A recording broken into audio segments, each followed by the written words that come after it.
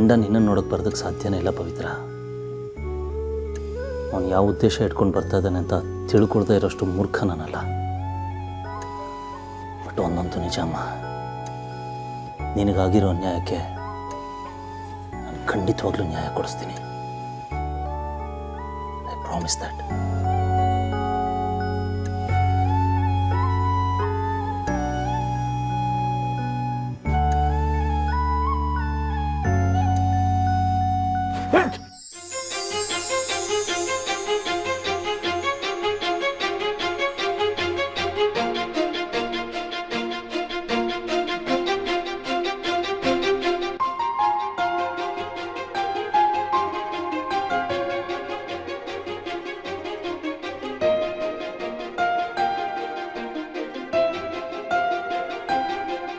ನನ್ನ ಹಣೆಯಲ್ಲಿ ನಿನ್ನ ಹೆಸರಿಲ್ಲ, ಈ ನಿನ್ನ ಪಡೆಯುವ ಪುಣ್ಯ ನನಗಿಲ್ಲ. ನೀ ವಿಶಾಲ ಗಗನ, ನಾನಾಥ ಕವನ, ಈ ನಮ್ಮ ನಡುವೆ ಈಗೊಂದು ಮೌನ. ಆಹೋವಿನ ಎದೆಗೆ ಅಂಟು ಮಂಜಿನ ಹನಿಯು, ಬಿಸಿಲಾದ ಕೂಡಲೇ ಕರಗೋ ಕಹಿ ಸತ್ಯವೇ ಕೊನೆಯು.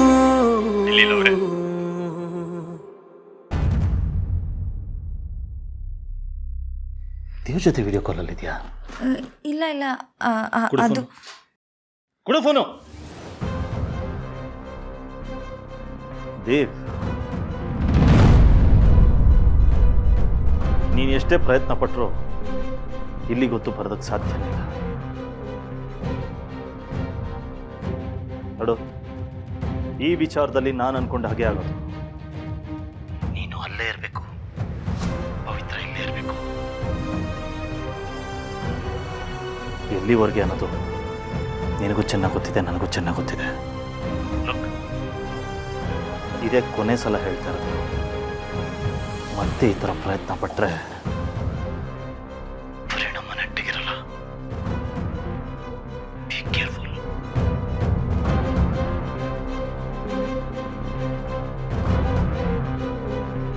ನೋಡು, ನಿನಗೆ ಅರ್ಥ ಆಗದೆ ಇರೋ ಸೂಕ್ಷ್ಮವಾದ ವಿಚಾರಗಳು ತುಂಬ ಇದೆ. ಅದನ್ನು ಆದಷ್ಟು ಬೇಗ ಅರ್ಥ ಮಾಡ್ಕೊ. ಈಗ ನಾನು ಅಂಥದ್ದೇನು ಮಾಡ್ದೆ? ದೇವ್ ವಿಡಿಯೋ ಕಾಲ್ ಮಾಡಿದ್ಯಲ್ಲ, ಅದ್ರಲ್ಲಿ ತಪ್ಪೇನಿದೆ? ತಪ್ಪೇನೂ ಇಲ್ಲ, ಆದರೆ ಮಾಡಬೇಡ. ಯಾಕೆ ಮಾಡಬಾರ್ದು? ಅದು ಬುದ್ಧಿ ಬಂದ ಮೇಲೆ ನಿನಗೆ ಗೊತ್ತಾಗುತ್ತೆ. ಹಾಗೆ ಏನಾದರೂ ಒಂದು ಹೇಳ್ತಾನೆ ಇರ್ತಾರೆ. ಏನ? ನನಗೆ ಬುದ್ಧಿ ಬರ್ತಾ ಇದೆ ಅಂದೆ. ಇದೇ ಕೊನೆ, ಮತ್ತೆ ಈ ಥರ ತಪ್ಪಾಗಬಾರ್ದು.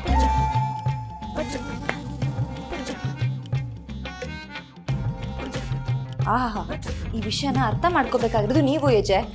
Phone ಕೊಡಬಾರ್ದಂತೆ, phone ಮಾಡಬಾರ್ದಂತೆ. ಹೆಂಡತಿ ಇಂಥ ಸ್ಥಿತಿಯಲ್ಲಿರುವಾಗ ಯಾವ ಗಂಡನಿಗಾದ್ರೂ ದುಃಖ ಆಗೋದು ಸಹಜ.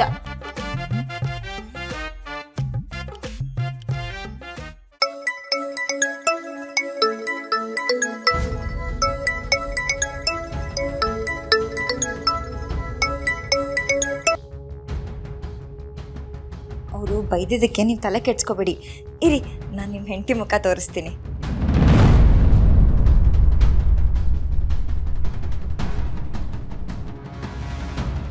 ಪವಿತ್ರ, ನಿನಗೆ ಪರಿಸ್ಥಿತಿ ಬರುತ್ತೆ ಅಂತ ನಾನು ಅನ್ಕೊಂಡಿರ್ಲಿಲ್ಲ.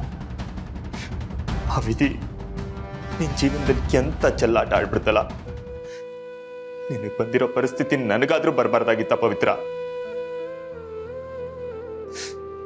ಆ ದೇವ್ರ ಹಂಗೆ ಒಳ್ಳೆಯವ್ರಿಗೆ ಬೇಗ ಶಿಕ್ಷೆ ಕೊಡೋದು. Miss you, I miss you so much Pavithra. ಹೊಡಿಲಿಲ್ಲ ಅವರೇ, ನನಗೇನು ಬೇಡ. ಯಾವಾಗ ನನ್ನ ಹೆಂಡತಿ ಮುಖ ನೋಡಬೇಕು ಅಂತ ಅನ್ಸುತ್ತೋ ಆಗ ನಿಮಗೆ ಕಾಲ್ ಮಾಡ್ತೀನಿ. ದಯವಿಟ್ಟು ಕಾಲ್ ರಿಸೀವ್ ಮಾಡಿ ನನ್ನ ಹೆಂಡತಿ ಮುಖ ತೋರಿಸಿ. ನೇರವಾಗಿ ಬಂದ ಅವಳ ಮುಖ ನೋಡೋ ಭಾಗ್ಯ ಅಂತೂ ನನಗಿಲ್ಲ. ಇಂಥ ಪರಿಸ್ಥಿತಿ ಯಾವ ಗಂಡನಿಗೂ ಬರಬಾರ್ದು.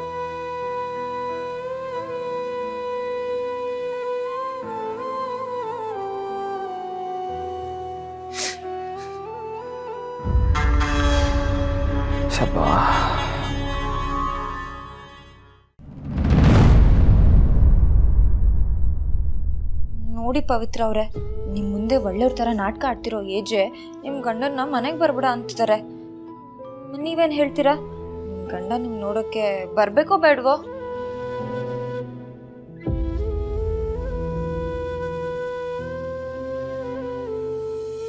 ಅರ್ಥ ಆಯ್ತು. ಬರಬೇಕು ಅಂತ ಹೇಳ್ತಿದ್ದೀರಾ ಅಲ್ಲ?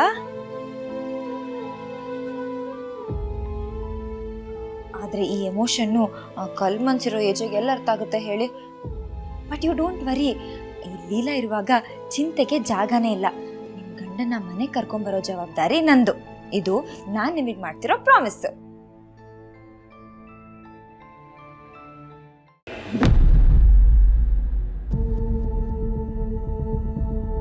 ಅವಳ ಹತ್ರ ಕೈ ಚಾಚೋ ಪರಿಸ್ಥಿತಿ ಬರಬಾರ್ದಿತ್ತು. ನನಗೆ ಅವಮಾನ ಮಾಡ್ತಾಳೆ, ಇಡಿಯಟ್.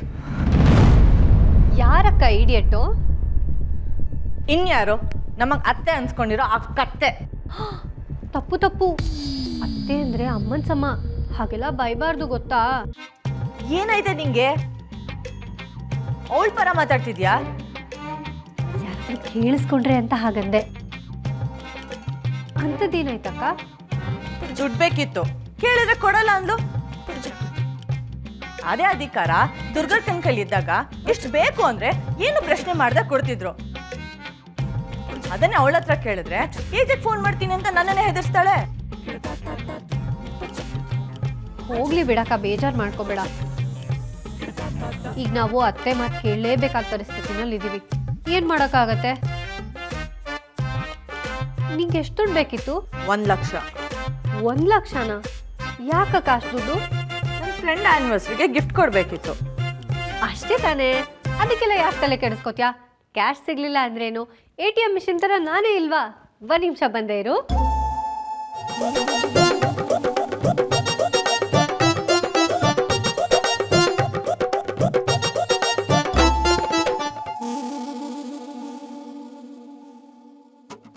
ಅಬ್ಬಬ್ಬಾ, ಈ ಮನೆಯಲ್ಲಿ AC ಇದ್ರೂ ಎಷ್ಟು ಸೆಕೆ ಆಗ್ತದೆ ಗೊತ್ತಾ? ತಗೋ ಅಕ್ಕ. ಇಷ್ಟೊಂದು ದುಡ್ಡು ಎಲ್ಲಿಂದ ಬಂತು? ಹೇಳ್ತೀನಿ, ತಗೋ.